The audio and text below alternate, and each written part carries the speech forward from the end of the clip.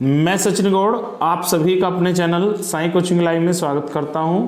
और बच्चों, आज मैं आपको पढ़ाने वाला हूं इन्वायरमेंट साइंस के बारे में। तो आई होप दैट सभी बच्चे लाइव आ चुके होंगे और प्रत्येक दिन की तरह सभी बच्चों को सबसे पहले जय हिंद लिखकर अपनी अटेंडेंस सबमिट करानी है।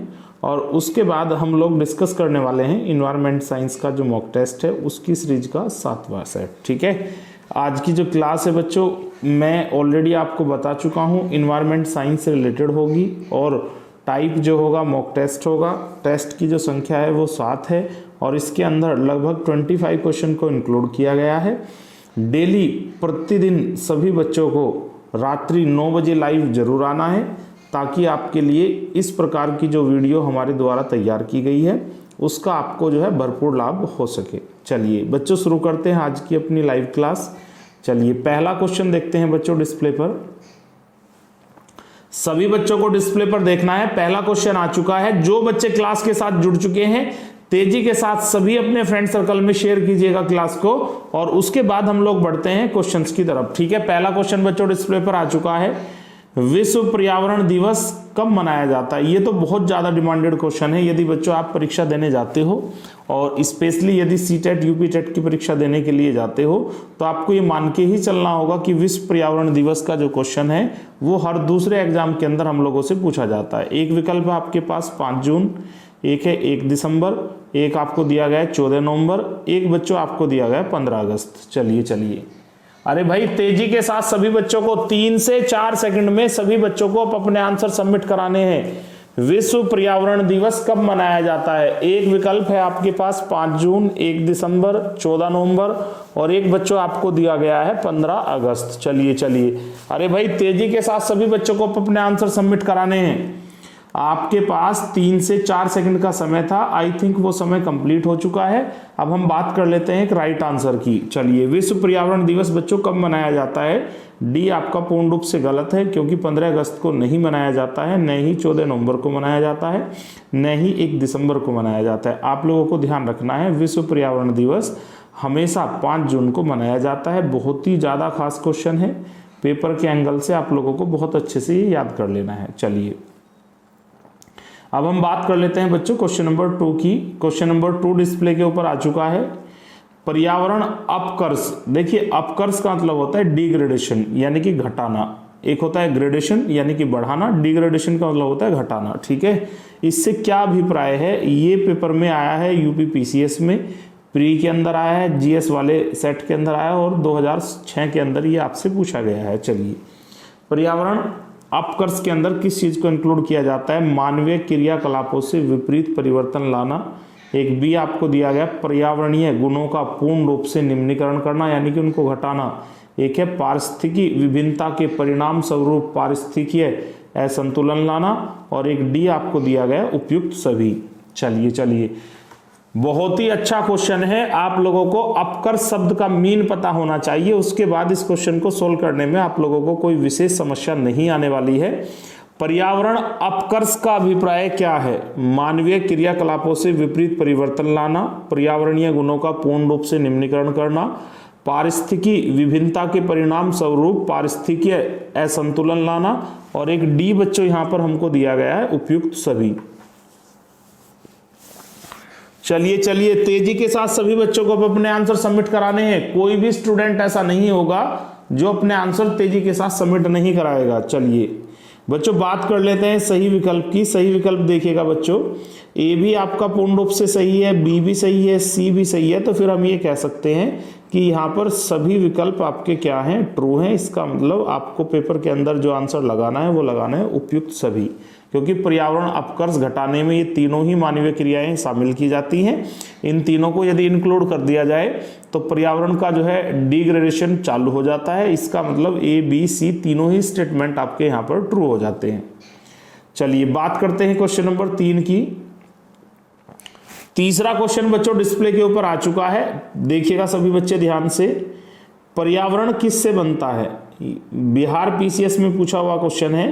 पर्यावरण किससे बनता है? भू आकृति से बनता है, भू आकृतिक घटकों से बनता है, जैविक घटकों से बनता है, अजैविक घटक से बनता है। एक आपको दिया गया उपयुक्त सभी। चलिए तेजी के साथ सभी बच्चों को अपने आंसर सबमिट कराने हैं। पर्यावरण किससे बनता है? भू आकृतिक घटकों से बनता है, जीवीय घटकों से बनता है। एक सी आपको दिया गया है, अजैविक घटक से बनता है। बच्चों डी भी यहाँ पर आपके पास अवेलेबल है, उपयुक्त सभी। चलिए तेजी के साथ सभी बच्चों को अपने आंसर सबमिट कराने हैं।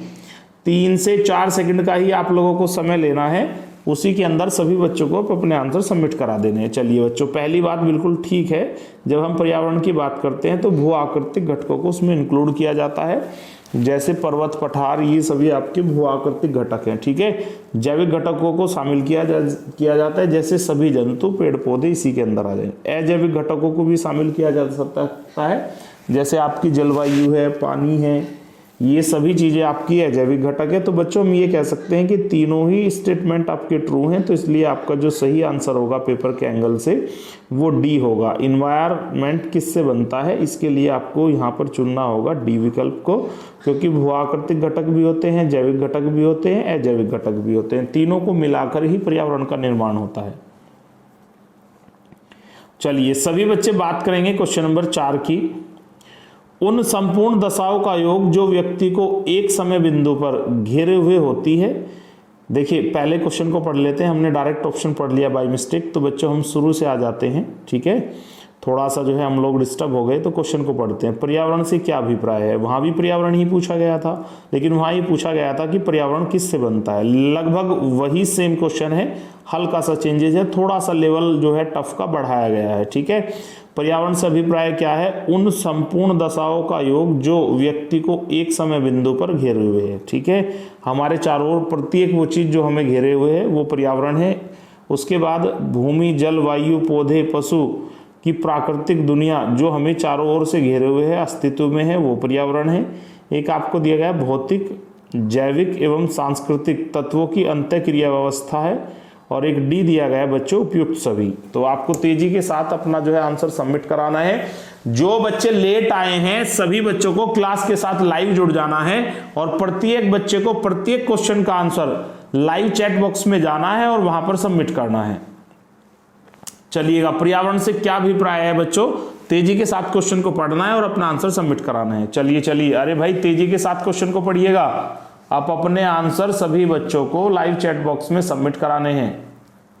ईमानदारी के साथ सभी बच्चों को अपने आंसर सबमिट कराने हैं। चलिए 4 सेकंड का समय आपका कंप्लीट हो चुका है। तो बच्चों मैं आपको जानकारी के लिए बता देता हूं, वैसे मोस्टली बच्चों का आंसर ठीक आ रहा है, क्योंकि सबको आइडिया लग गया क्वेश्चन नंबर 3 के माध्यम से ही। ठीक है, ए आपका यहाँ पर ठीक है, बी भी ठीक है, सी भी ठीक है, तो फिर हम कह सकते हैं यहाँ पर ऑल स्टेटमेंट ट्रू। ठीक है, इसका मतलब पेपर के हिसाब से आपको डी देना है। ठीक है, क्योंकि जब पर्यावरण की बात करते हैं तो हमारे चारों ओर कुछ भी है, प्रत्येक चीज पर्यावरण है। पेड़, पौधे, जल, मिट्टी, पशु, ये जो हमारे चारों ओर अस्तित्व में है ये भी पर्यावरण है, बी भी सही हो जाता है। और पर्यावरण 3 प्रकार का होता है, भौतिक, जैविक और सांस्कृतिक, तो ये भी आपका जो है सी के अंदर दिया गया है, यानी कि ये भी आपका ठीक है। तो हम लोग ये कह सकते हैं कि हमारे ए, बी, सी तीनों ही सही हैं, तो इसलिए आप लोगों को आंसर देना होगा उपयुक्त सभी। चलिएगा, सभी बच्चे बात कर लेंगे क्वेश्चन नंबर 5 की। राजीव गांधी पर्यावरण पुरस्कार दिया जाता है। ठीक है, तो भारत के अंदर राजीव गांधी पर्यावरण पुरस्कार दिया जाता है, तो ये कौन से क्षेत्र में दिया जाता है? आपके पास 4 विकल्प हैं। एक विकल्प है बच्चों स्वच्छ प्रौद्योगिकी एवं विकास में, एक दिया गया वन रोपण तथा प्रतिभूमि के संरक्षण में, एक दिया गया वन्य जीव संरक्षण में, एक बच्चों डी आपको दिया गया पर्यावरण पर हिंदी पुस्तक लेखन में।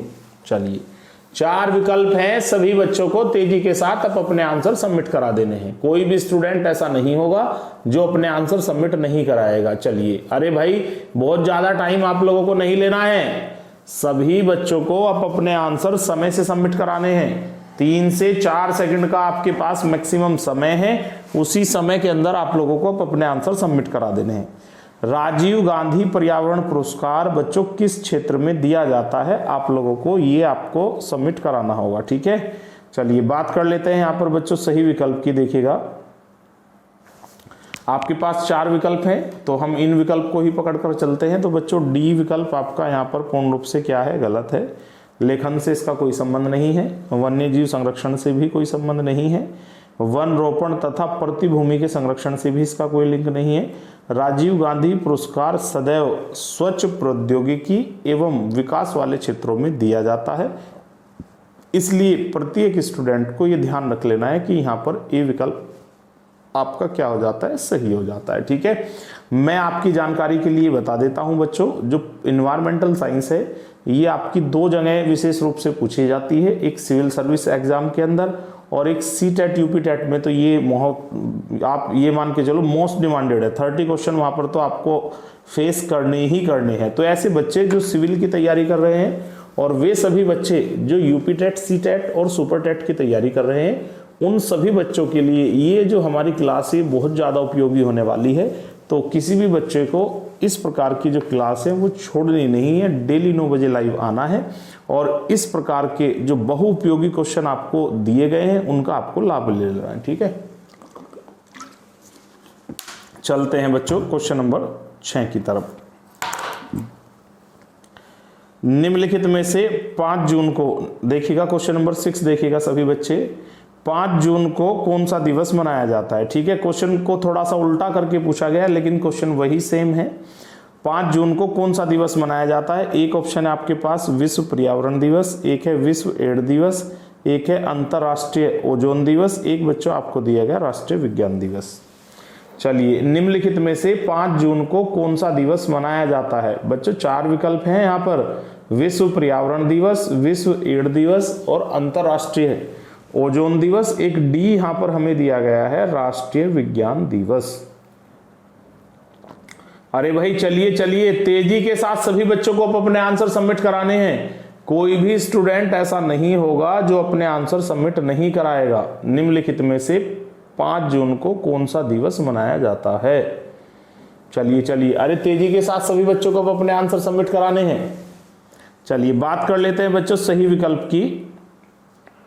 बहुत आसान क्वेश्चन है, सभी बच्चों का लगभग ठीक भी आ रहा है। तो बात करते हैं बच्चों यहाँ पर सही विकल्प की। तो डी आपका गलत है, बी भी आपका गलत है और सी भी आपका गलत है। बात कर लेते हैं ए विकल्प की। 5 जून को विश्व पर्यावरण दिवस मनाया जाता है। ये सभी बच्चों को ध्यान रख लेना है। ठीक है, चलिए बात करते हैं बच्चों यहाँ पर क्वेश्चन नंबर 7 की। पर्यावरण अनुकूलन उत्पादकों को चिन्हित करने के लिए सरकार ने क्या आरंभ किया है? ये बहुत ज़्यादा डिमांडेड सवाल है। इसके अंदर 3-4 विकल्प आपको दिए गए हैं, ये भी आपको आज एक्सप्लेन कर लेने हैं अच्छे से। ठीक है, पर्यावरण अनुकूल जो उत्पादक हैं उन पर बनने वाला जो सिंबल है गवर्नमेंट की तरफ से वो कौन सा होता है? इको मार्क होता है, एक होता है एग मार्क, एक होता है, ध्यान से देखिएगा, ISI मार्क। ठीक है, एक है आपका वाटर मार्क। ठीक है, चलिए चलिए तेजी के साथ सभी बच्चे अपने आंसर सबमिट कराएंगे। जो प्रोडक्ट पर्यावरण के अनुकूल होते हैं उन पर एक सिंबल बनाया जाता है, उन सिंबल को क्या कहा जाता है? चलिए 4 सेकंड के अंदर, मैं ऑलरेडी पढ़ा चुका हूं, 4 सेकंड के अंदर सभी बच्चों को अपने आंसर सबमिट करा देने हैं। कोई भी बच्चा बहुत ज़्यादा टाइम नहीं लेगा, सभी बच्चों को ईमानदारी के साथ अपने आंसर सबमिट करा देने। ठीक है, तो बच्चों डी आपका गलत है, सी भी आपका गलत है और बी भी आपका गलत है। यहाँ पर इको मार्क क्या हो जाता है? सही हो जाता है। देखो अब यहाँ पर क्वेश्चन में ही आंसर है, ये कभी भी आपको याद नहीं रखना होगा। इको का मतलब बच्चों क्या होता है? पर्यावरण, पारिस्थितिकी तंत्र। तो उसी से आपको आंसर मिल जाएगा। एग माने क्या होता है? अंडा, अंडा खाने की चीज़ है। ठीक है, खाद्य पदार्थों की गुणवत्ता के लिए एग मार्क का इस्तेमाल किया जाता है, जबकि पर्यावरण अनुकूलन उत्पादकों के लिए इको मार्क का इस्तेमाल किया जाता है। चलिए बात करते हैं क्वेश्चन नंबर 8 की। इको मार्क उन भारतीय उत्पादकों को दिया जाता है जो, अब ये क्वेश्चन जो है थोड़ा सा जो है वही है, बिल्कुल सेम है, तो आप लोगों को ज़्यादा बहुत समय नहीं लगाना है। इको मार्क किसको दिया जाता है? देखिए ए आपका गलत है, बी भी गलत है, डी भी गलत है, क्योंकि क्वेश्चन नंबर 7 और 8 दोनों ही सेम है। ठीक है, इको मार्क ऐसे प्रोडक्ट को दिया जाता है जो पर्यावरण के लिए मैत्रीपूर्ण हो, यानी कि सी आपका क्या है? सही है।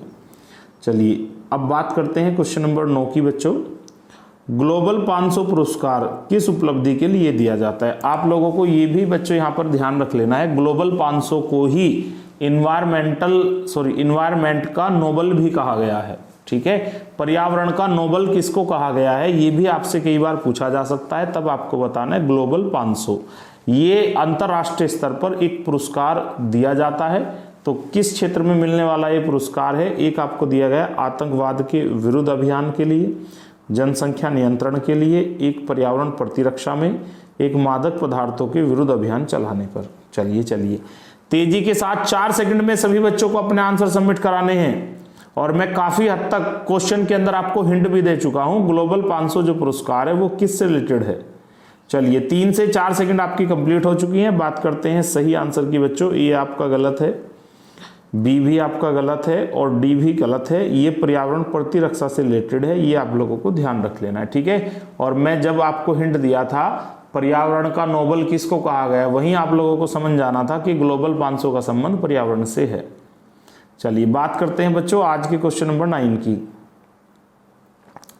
क्वेश्चन नंबर 9 डिस्प्ले पर आ चुका है। ग्लोबल 500 पुरस्कार किस क्षेत्र में दिया जाता है, वही क्वेश्चन है, थोड़ा सा जो है रिपीट किया गया है, बस आपको ध्यान रखना है। ए आपका गलत है, बी भी गलत है, डी भी गलत है। ग्लोबल 500 का संबंध पर्यावरण प्रतिरक्षा से है। चलिए ज्यादा टाइम नहीं लगाएंगे और एक यूजफुल क्वेश्चन के ऊपर हम आ जाते हैं। क्वेश्चन नंबर 11, प्रत्येक वर्ष दिए जाने वाले इंदिरा गांधी पर्यावरण पुरस्कार का आधार क्या होता है। आपके पास 4 विकल्प हैं। वन रोपण के क्षेत्र में उत्कृष्ट योगदान के लिए, पर्यावरण के क्षेत्र में सार्थक योगदान के लिए, एक दिया गया बंजर भूमि के विकास में उत्कृष्ट योगदान के लिए, एक वन्य जीवों के संरक्षण एवं उनके अनुसंधान में अनुकरणीय कार्य करने के लिए। चलिए अरे भाई थोड़ा सा सेंस लगाइएगा। इंदिरा गांधी पुरस्कार भारत में दिया जाने वाला पर्यावरण से संबंधित पुरस्कार है, लेकिन पर्यावरण के कौन से क्षेत्र में दिया जाता है। चारों ही विकल्प आपके पर्यावरण से रिलेटेड हैं, लेकिन फिलहाल हमें पर्यावरण का वो इंडिविजुअल क्षेत्र बताना है जिस क्षेत्र में इंदिरा गांधी पुरस्कार दिया जाता है।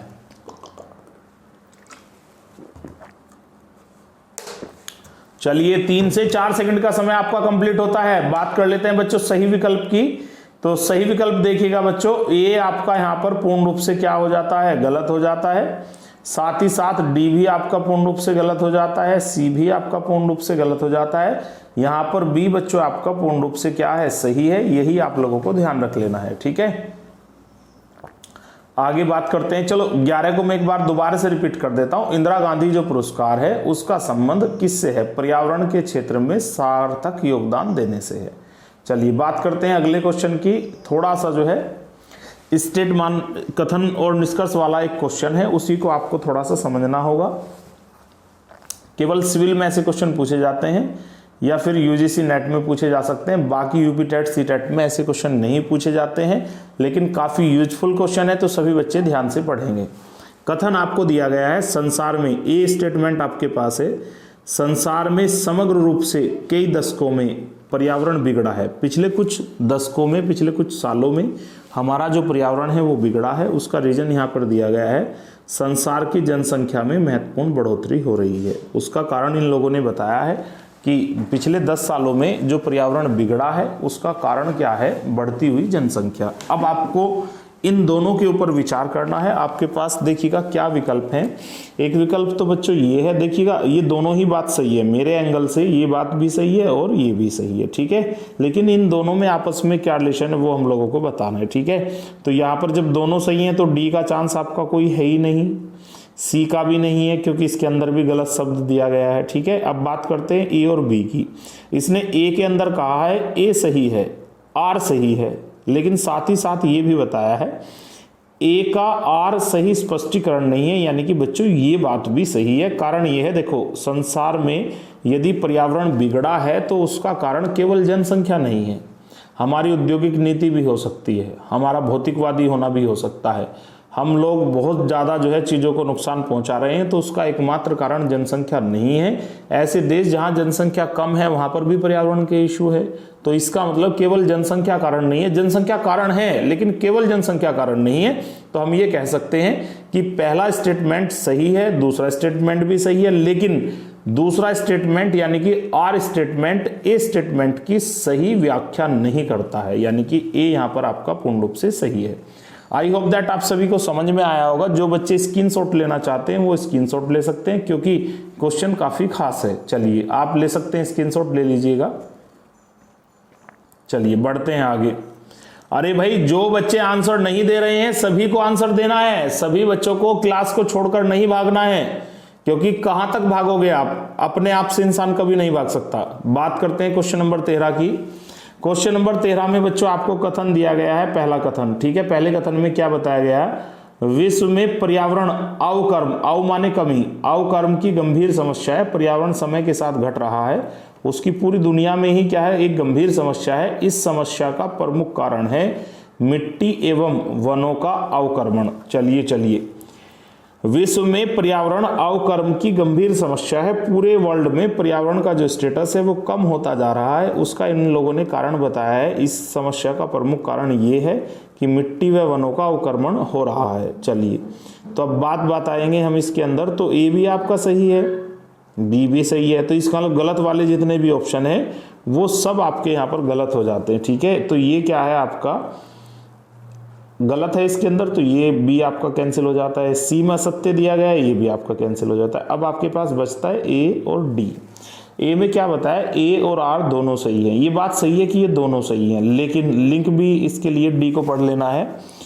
ए सही है परंतु आर आंशिक रूप से सही है, ठीक है। तो इसका मतलब यहाँ पर अगर हम कंपेयर करेंगे तो ए भी आपका गलत हो जाता है, डी यहाँ पर आपका पूर्ण रूप से सही है। दोनों स्टेटमेंट हमारे सही हैं, लेकिन जो आर है वो ए की पूर्ण व्याख्या नहीं है, वो केवल आंशिक रूप से क्या है, सही है। उसका रीजन ये है, मिट्टी और वनों के घटने से ही पर्यावरण नहीं घट रहा है। हम लोग जो पॉल्यूशन बढ़ा रहे हैं उसके कारण भी आपका पर्यावरण क्या हो रहा है, कम हो रहा है। तो इसका मतलब केवल ये दो रीजन ही नहीं है, दो से ज्यादा भी बहुत सारे रीजन है। तो हम ये कह सकते हैं कि आर ए की सही व्याख्या नहीं है, केवल आंशिक रूप से सही है। चलिए बात करते हैं क्वेश्चन नंबर 14 की। चलिए 14 क्वेश्चन बच्चों डिस्प्ले पर आ चुका है। हम लोग फिर कथन वाले ही स्टेटमेंट पर आ जाते हैं। सेम क्वेश्चन है और ये क्वेश्चन कुछ जानबूझकर शामिल किए गए थे सिविल सर्विस से उठाकर, क्योंकि बच्चों इस तरह के क्वेश्चन यदि आप पीसीएस का प्री देने जाओगे तो वहां पर आप लोगों को फेस होने वाले हैं।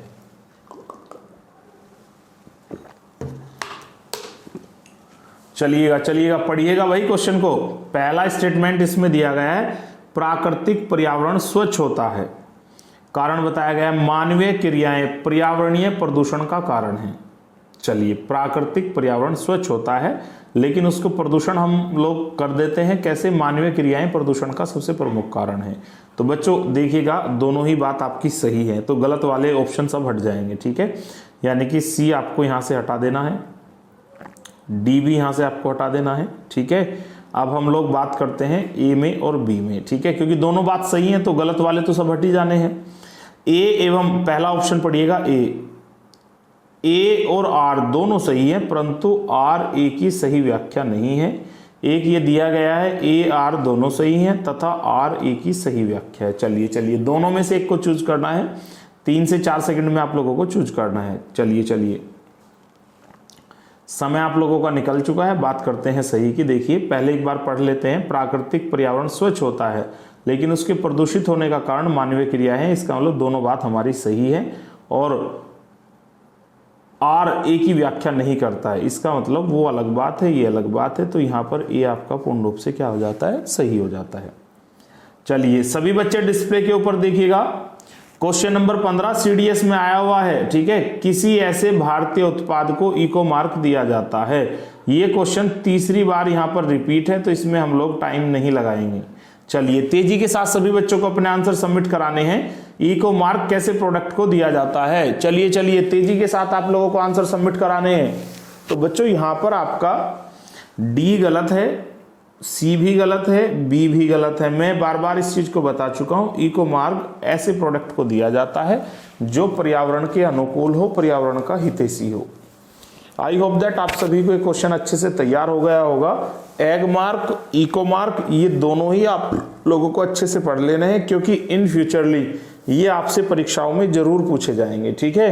कहीं ना कहीं आप लोगों को ये फेस जरूर करना होगा कि इको मार्क बताइए और एग मार्क बताइए। एग माने अंडा यानी कि खाद्य चीजों से रिलेटेड है, इको का मतलब पर्यावरण यानी कि पर्यावरण से रिलेटेड है। बहुत आसान है, इस ट्रिक को दिमाग में रखिएगा, आपको कभी भी दिक्कत नहीं आने वाली है, ठीक है।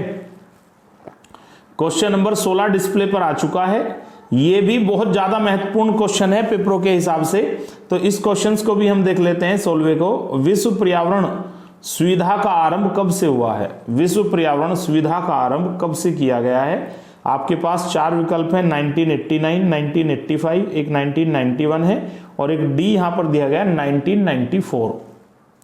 बहुत ही इंपॉर्टेंट क्वेश्चन है पेपर के एंगल से, सभी बच्चों को मन लगाकर क्वेश्चन को समझना है। उसके बाद 4 विकल्प आपके पास दिए गए हैं, आपको सीधा चैट बॉक्स में जाना है और अपना राइट आंसर ईमानदारी के साथ सबमिट कराना है। चलिए, मैं उन सभी बच्चों से हम्बल रिक्वेस्ट करता हूं जो बच्चे लाइव नहीं आते हैं, उन सभी बच्चों को रात्रि 9 बजे लाइव जरूर आना है, क्योंकि 25-25 क्वेश्चन कर हम काफ़ी क्वेश्चनों को कवर कर सकते हैं और थोड़ा सा आपका जो मूड है वो भी रिफ्रेश हो जाएगा। क्योंकि जब हम बुकों से लगातार पढ़ते रहते हैं तो थोड़ी बोरियत भी हो जाती है, तो तब आप फोन की मदद से भी एक छोटा सा टेस्ट डेली निकाल सकते हैं। ठीक है, चलिए बात करते हैं बच्चों यहाँ पर सही विकल्प की। तो 4 विकल्प थे यहाँ पर, 1989 आपका गलत है, 1985 आपका गलत है, 1994 भी आपका गलत है। विश्व पर्यावरण सुविधा का आरंभ दुनिया के अंदर कौन से सन से किया जाता है? 1991 से किया जाता है। आई होप दैट आपको क्वेश्चन क्लियर हुआ होगा। एक फैक्ट क्वेश्चन है जो आपको याद करना है। ठीक है, चलिए बात करते हैं क्वेश्चन नंबर 17 की। बहुत ही खास क्वेश्चन है और सिविल में आया हुआ है। चलिए, चिपको आंदोलन के संबंध में 4 कथन दिए गए हैं, वो आपको बताना है कौन सा सही है कौन सा गलत है। ठीक है, चिपको आंदोलन से रिलेटेड 4 बातें दी गई हैं। पहला आपको दिया गया वृक्षों की कटाई रोकने हेतु एक पर्यावरण से जुड़ा हुआ आंदोलन था। ये आपको बताना ये बात सही है या गलत है। ठीक है, फिर इसने दिया है पारिस्थितिकी और आर्थिक शोषण पारिस्थितिकी और आर्थिक शोषण का प्रश्न उठाया। ये बात भी आपकी यहाँ पर देखना है सही है या गलत है। एक तीसरा बच्चों आप देखिएगा, अपनी विस्तृत कार्यसूची के रूप में मध्य वेशनता के विरुद्ध एक आंदोलन था। एक 4 यहाँ पर आपको दिया गया है, यह मांग रखी गई कि स्थानीय समुदाय का उसके प्राकृतिक संसाधनों पर नियंत्रण होना चाहिए। तो बच्चों यहाँ पर 4 स्टेटमेंट हैं। इन 4 स्टेटमेंट में से कितने स्टेटमेंट सही हैं और कितने स्टेटमेंट ट्रू हैं, आपको बस एक चीज़ ध्यान में रखनी है, चिपको आंदोलन को ध्यान में रखते हुए निम्नलिखित में से कौन से कथन आपके सही हैं कौन से गलत हैं, ये आप लोगों को चूज कर लेना है। ठीक है, बार बार क्वेश्चन को रिपीट ना करना पड़े। सभी बच्चे समझदार हैं, तेजी से पढ़ना है और समझ के दिमाग लगा के आप लोगों को आंसर देना है। ठीक है, 4 सेकंड का आप लोगों को समय दिया गया है, उसी के अंदर आप लोगों को अपने आंसर सबमिट करा देने हैं। चलिए, क्वेश्चन थोड़ा सा टिपिकल है, थोड़ा सा लेंथी है, उसके लिए आपको एक प्रॉपर समय दिया गया है। 1-2 सेकंड एक्स्ट्रा इसमें मैं आपको प्रोवाइड करता हूं, उसके अंदर आप लोगों को आंसर सबमिट कराना है।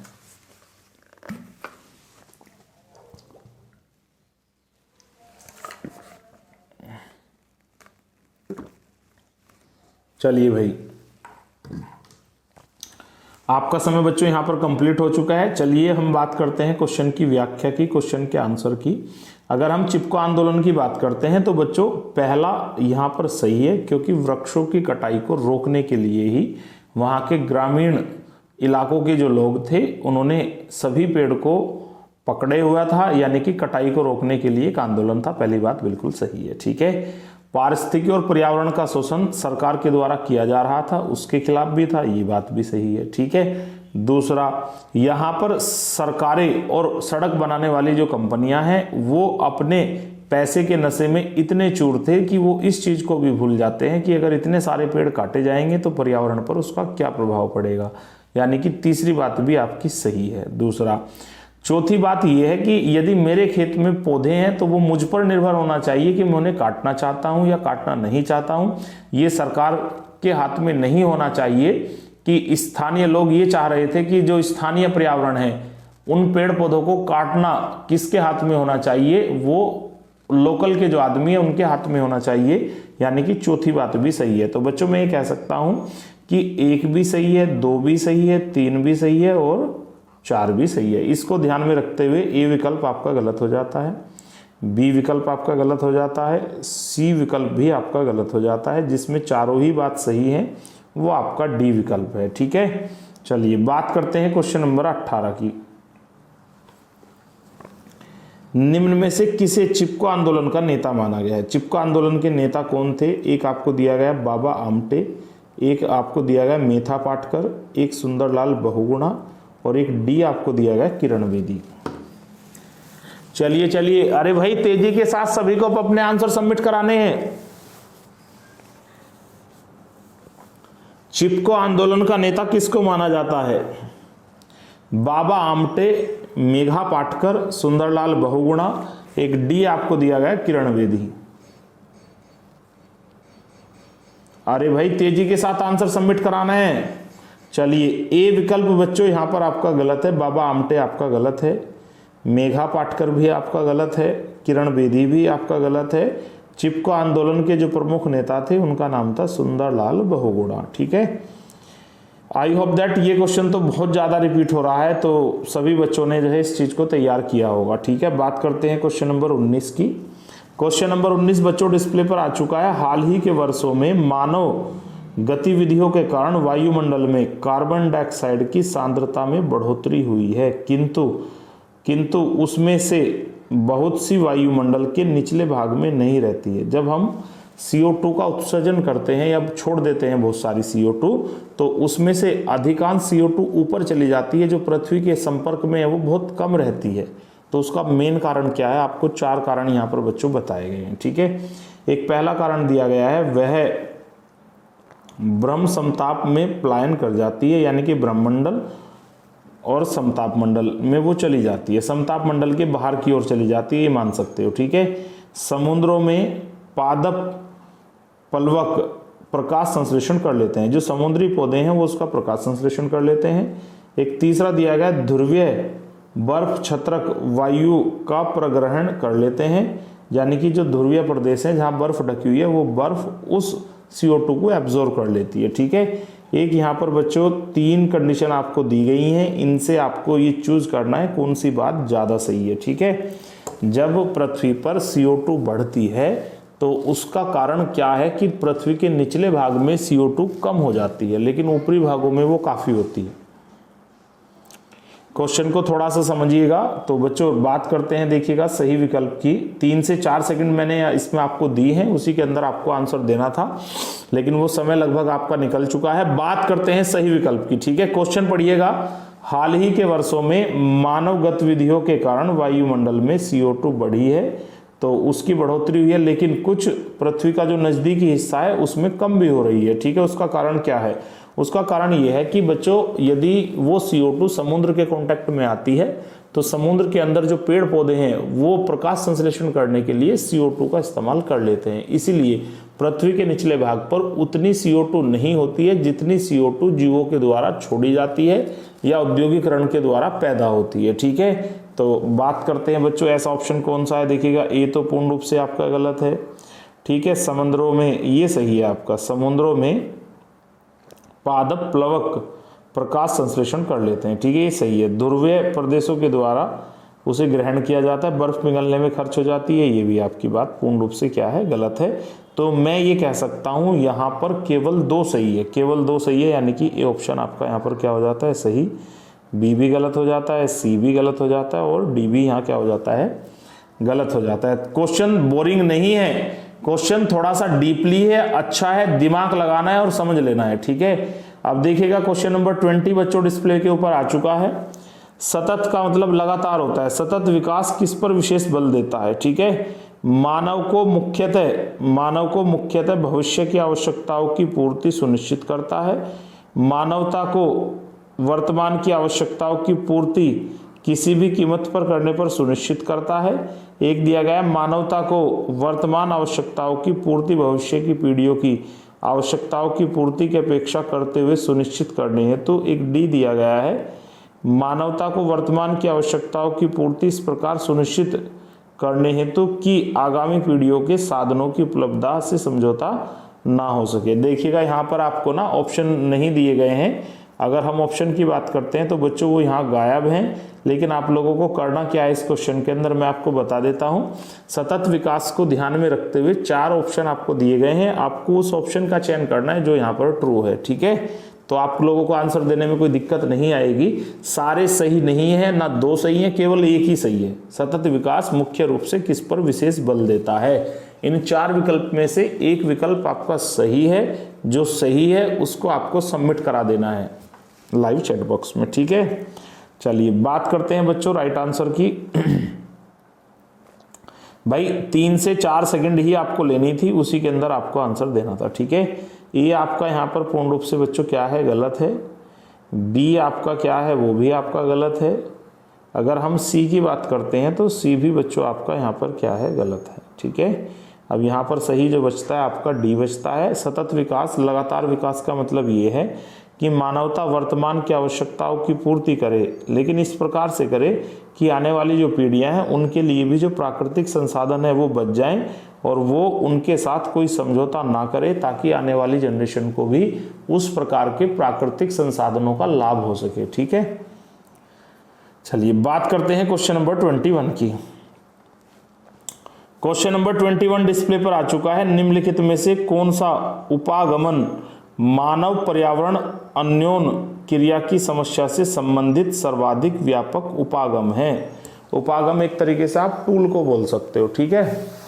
क्वेश्चन को 2 बार पढ़िएगा, अपने आप आपकी समस्या सोल्व हो जाएगी, ठीक है। निम्नलिखित में से कौन सा उपागमन मानव पर्यावरण अन्योन क्रिया की समस्या से संबंधित सर्वाधिक व्यापक उपागम है? आपके पास 4 विकल्प हैं बच्चों। एक है शहरी औद्योगिक संवर्धी उन्मुख उपागम, एक है प्राकृतिक संसाधन संरक्षण उपागम, एक है ग्रामीण कृषि संवर्धित उन्मुख उपागम, एक आपको डी दिया गया वाटर शेड विकास उपागम। अरे भाई चलिए चलिए तेजी के साथ सभी बच्चों को अपने आंसर सबमिट कराने हैं। निम्नलिखित में से कौन सा उपागमन मानव पर्यावरण अन्योन क्रिया की समस्या से संबंधित सर्वाधिक व्यापक उपागम है? तेजी के साथ सभी बच्चों को अपने आंसर सबमिट कराने हैं। बात कर लेते हैं याद करने की, और थोड़ा सा फैक्ट क्वेश्चन है, आपको यहां पर ये याद ही करना पड़ेगा। ए आपका बच्चों गलत है, बी भी आपका गलत है, सी भी गलत है। सबसे ज्यादा जो ठीक है, सर्वाधिक जो ठीक है, बात चारों ठीक है बच्चों, लेकिन यहां पर जो सबसे ज्यादा ठीक है वो वाटर शेड विकास उपागम है, यानी कि आपको याद रख लेना है डी विकल्प, ठीक है। चलिए आगे बढ़ते हैं क्वेश्चन नंबर 22 की तरफ, ठीक है। हालांकि बच्चों हम लोगों को इस क्लास के अंदर लगभग 25 क्वेश्चन इंक्लूड करने थे, लेकिन 22 पर ही ये क्लास जो है आपकी ऑफ हो जानी है। 22 के बाद ये लाइव जो है ऑफ हो जाएगा। सभी बच्चों को करना क्या है, जो बच्चे हमारे चैनल पर नए हैं सभी बच्चों को ईमानदारी के साथ चैनल को सब्सक्राइब कर लेना है, ठीक है। चलिए पहला देखिएगा बच्चों इसमें क्वेश्चन, आखिरी क्वेश्चन है आज का, क्वेश्चन नंबर 22। पर्यावरण पर मनोबौद्धिक क्रियाओं का प्रभाव निर्धारित करने में कौन सा कारक सर्वाधिक महत्वपूर्ण है? चलिएगा उस फैक्टर का नाम आपको बताना है। आपके पास कितने फैक्टर हैं बच्चों? यहाँ पर 4 फैक्टर हैं ऑप्शन के रूप में। एक दिया गया वायुमंडलीय स्थिति, जनसंख्या और कितने वन से ढका हुआ है ये, ठीक है। एक है जनसंख्या, एक प्रति व्यक्ति धनाढ्यता, एक संसाधनों का दोहन करने के लिए उपयोग की जाने वाली प्रौद्योगिकी, ठीक है। एक है सी जनसंख्या, वनाच्छंदन और प्रति व्यक्ति भूमि उपलब्धता। एक डी दिया गया है जनसंख्या, प्रति व्यक्ति धनाढ्य और प्रति व्यक्ति भूमि उपलब्धता, ठीक है। चलिए चलिए तेजी के साथ आप लोगों को अपना आंसर सबमिट कराना है। अरे भाई थोड़ा सा फैक्ट क्वेश्चन है, आप लोगों को समझना होगा, याद करना होगा, बहुत ज़्यादा इसमें हम साइंस नहीं लगा सकते हैं। ऐसे क्वेश्चन हमेशा आपको सीटेट और पीसीएस के अंदर मिलने वाले हैं। चलिए चलिए तेजी के साथ आंसर दीजिएगा सभी बच्चे। बात करते हैं बच्चों यहाँ पर सही विकल्प की। चलिए तेजी के साथ रिप्लाई कीजिएगा। यहाँ पर डी आपका पूर्ण रूप से क्या हो जाता है बच्चों? गलत। सी भी आपका पूर्ण रूप से गलत हो जाता है, ए भी आपका पूर्ण रूप से गलत हो जाता है, बी यहाँ पर आपका क्या है पूर्ण रूप से सही है। चलिए आई होप दैट आप सभी को क्वेश्चन क्लियर हुआ होगा। थोड़ी सी समस्या लैंग्वेज की है, मैं समझ सकता हूँ, लेकिन पेपर हमेशा 2 लैंग्वेज में आता है, हिंदी इंग्लिश। तो यदि आपको हिंदी में समस्या आ रही है तो आप इंग्लिश में पढ़ के उसको समझ सकते हो। बाकी मैं इस चीज़ को बार बार रिपीट कर रहा हूँ कि परीक्षाओं के अंदर बच्चों कुछ क्वेश्चन ऐसे होते हैं जो सभी के लिए टिपिकल होते हैं। ऐसे क्वेश्चनों का समाधान यही होता है कि इन फ्यूचरली अगर वे क्वेश्चन आए तो हम उनको ऐसे ही डायरेक्ट याद कर लें, ठीक है। चलिए आज की क्लास बच्चों ऑफ होती है। सभी बच्चों को मेरी तरफ से शुभ रात्रि। Thank you so much watching our video.